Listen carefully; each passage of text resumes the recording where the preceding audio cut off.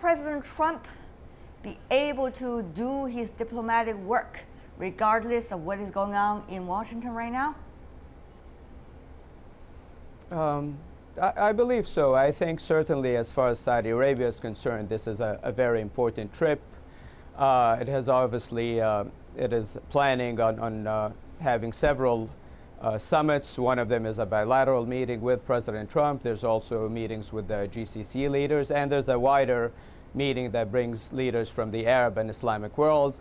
I think President Trump sees this visit, obviously this is his first overseas visit. It's a very important moment for him. He clearly values, I think, America's relationship with Saudi Arabia.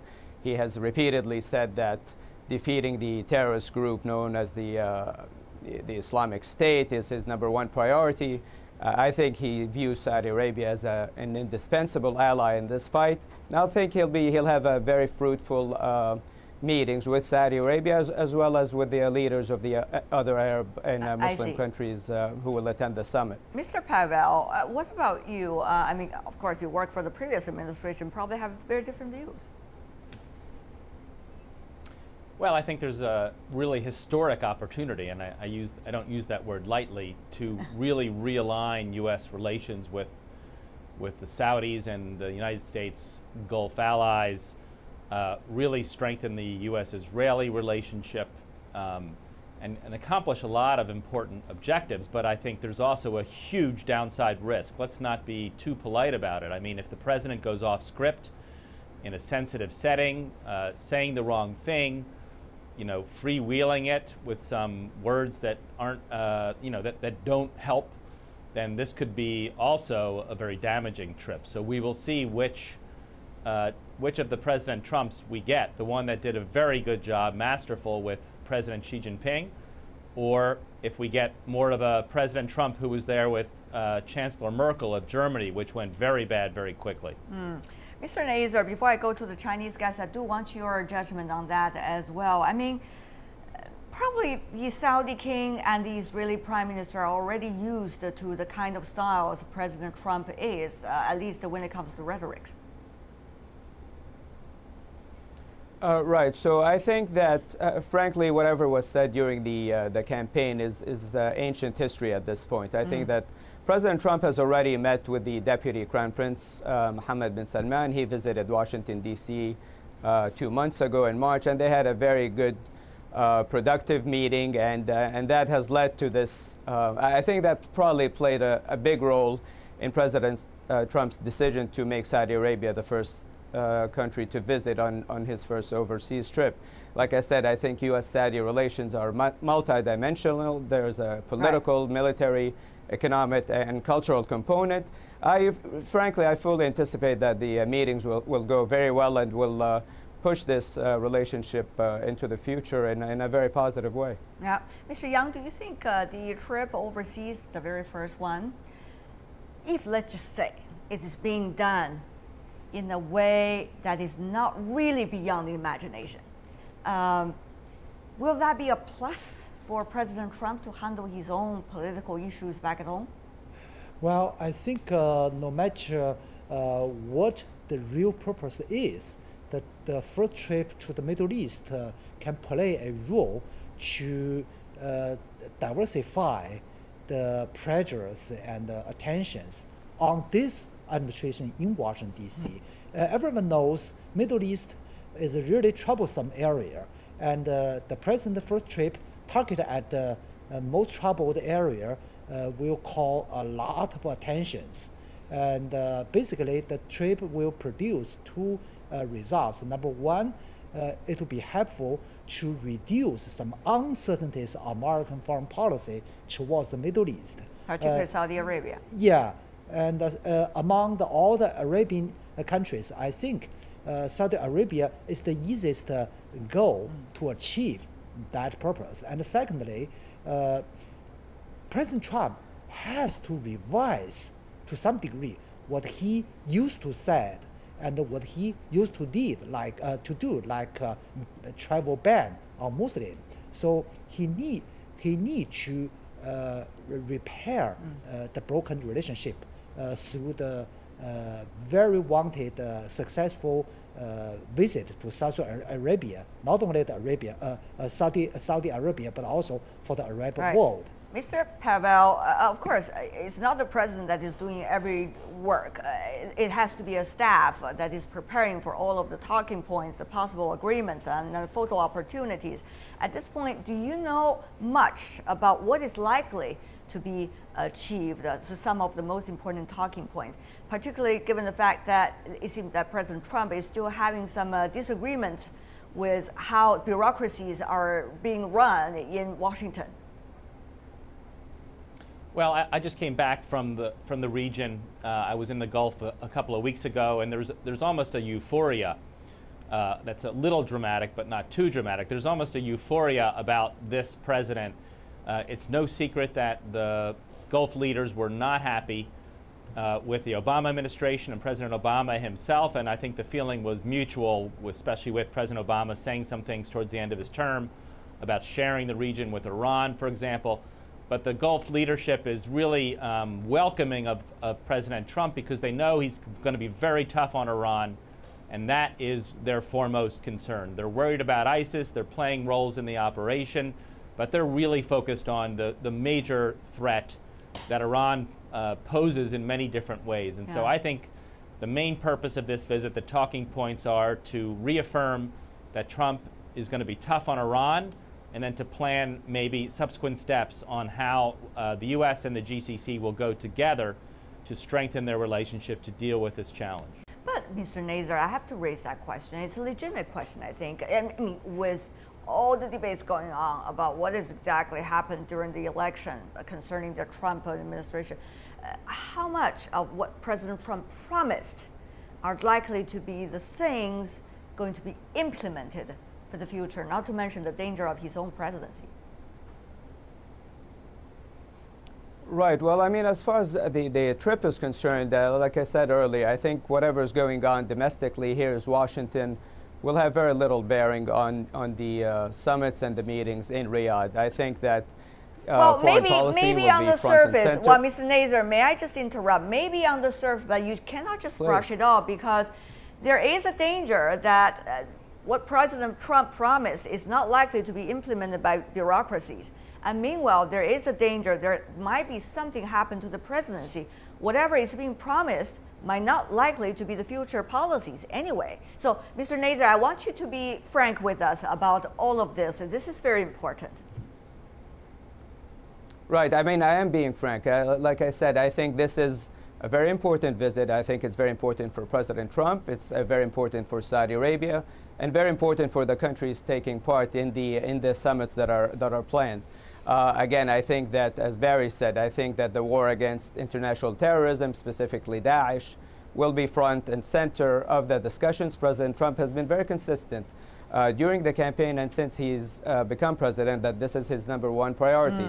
This is a top priority for Saudi Arabia as well. There's very close cooperation between the United States and Saudi Arabia on that front. So this will be, I think, the focal point of the discussions.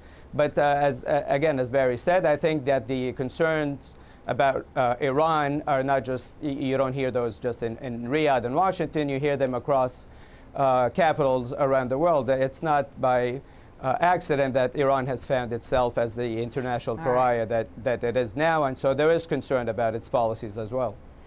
We could, I mean, just focus on what might be achieved as if nothing has ever happened, is happening, or in Washington right now, but it is, Mr. Pavel. There are a lot of things happening right now. I could hardly catch up with it. The Republican Party has also realized that. So when you go to those capitals elsewhere in the world, how much do you think people might scratch their head and say, whatever is being said right now, is it likely to be the things get done tomorrow, Mr. Pavel? Well, you're right in a way, in that this is the beginning, though, of a potential, as some have said, constitutional crisis, and I don't want to be we don't know yet the degree this. of it. We don't know. Yeah. And you know, U.S. presidents have gone through similar crises before, and we can learn some lessons, you know, if this continues to escalate. We don't know if it's going to continue to escalate. It could keep getting worse, as it seems to be, or it could, once the special prosecutor's investigation is complete, it could go away. But what's not going to go away, I think, regardless of the issue you're raising, is this is a president that likes to sow chaos, and we're going to always see maybe 3 steps forward as he sticks to the talking point, but then you're going to see a step backward when he strays, as he has done on some occasions. So let's get used to it. It's going to be a bumpy ride. Mr. Pavel, on the other hand, this also makes others to think about different strategies because of the uncertainties in Washington. People look at U.S. relations, of course, one of the most important they ever have. But on the other hand, they're also thinking about different strategies. What if? Mr. Pavel, what would that mean and having its impact on the future positions, let's just say, when the leaders meet with President Trump? Well, again, I would put it into my answer has 2 parts. One, right now, they know Trump is in charge. In fact, they're looking for how can I make Trump, feel like he's got a win from our relationship. We saw that with Prime Minister Abe and with numerous prime ministers. Look what I just did for the American people. This country's going to now create X 100,000 jobs in the United States. So that's now. We're still in that space. If this continues to escalate and they see a weakened president in a protracted battle, then that's a different situation where they have to figure out, can this president pull off his policies, or will he be opposed by a Congress? Right now, Congress is very malleable to the Trump agenda, though. So I think we're a ways from the kinds of issues that you're suggesting. Yeah, we don't know. A lot of things don't know at this point. But Mr. Yang, what we do know is that people are watching very closely what is going on in Washington. And meanwhile, this is a time when you see possibilities. When a president is in a crisis, a president is like to create circumstances or create dramatic solutions to the current circumstances. Mr. Yang, Middle East, of course, is one of those places that crisis could happen. So what would that mean for President Trump about this trip in terms of his overall strategy to handle crisis both at home and, it seems, around the world? Yes, I think he has a very high expectation through this trip facing the domestic crisis. If he made a successful discussions and meetings with serious leaders in the Middle East, that would be very helpful for President Trump to meet the challenges domestic, or he will face a tougher situation. Mr. Nazer, I mean, President Trump seems to have both the traditional job of an American president, which is to handle the Middle East issue, but on the other hand, he has been emphasizing over and over again over the past few weeks about the DPRK nuclear issue. How do you think this presidency is likely to juggle all of these tasks and make sure that it's going to be so-called achievements in his presidency? Well, I mean, the challenges that President Trump are the same or similar challenges to, the challenges that the presidents Obama and others have faced. The presidency of the United States is arguably the most difficult, most challenging job in the world. So, it's safe to assume that President Trump was well aware going into when he became president that there'll be challenges on multiple fronts, and the Middle East, unfortunately, has faced some very difficult times in recent years. In some ways, unprecedented political turmoil and violence. It is very clear that it is at the top of his agenda. He has been very engaged, certainly with Saudi Arabia and leaders of the GCC countries, to try to bring some stability to the region. But there's also an economic component to these relationships. But these are trying times. I think for the international community has many challenges, and I think one of the objectives of the Riyadh summit is to emphasize that to bring stability to the Middle East and frankly to the international community overall, that this has to be a collective effort, and this I think is what you'll see in Riyadh. Mr. Pavel, it is no secret any president of the United States want to say, I am the one who's trying to bring a new situation into the Middle East, but none of them ever succeeded. Mr. Pavel, do you think this style that President Trump has and this very first trip will create opportunities for a new model or even new solutions? You know, these things are very hard to predict. I mean, you know, President Clinton was relatively successful. Let's give him some credit for the Camp David Accords that established, you know, peace between Egypt and Israel. The Palestinian issue does continue to loom large, so I applaud your raising it.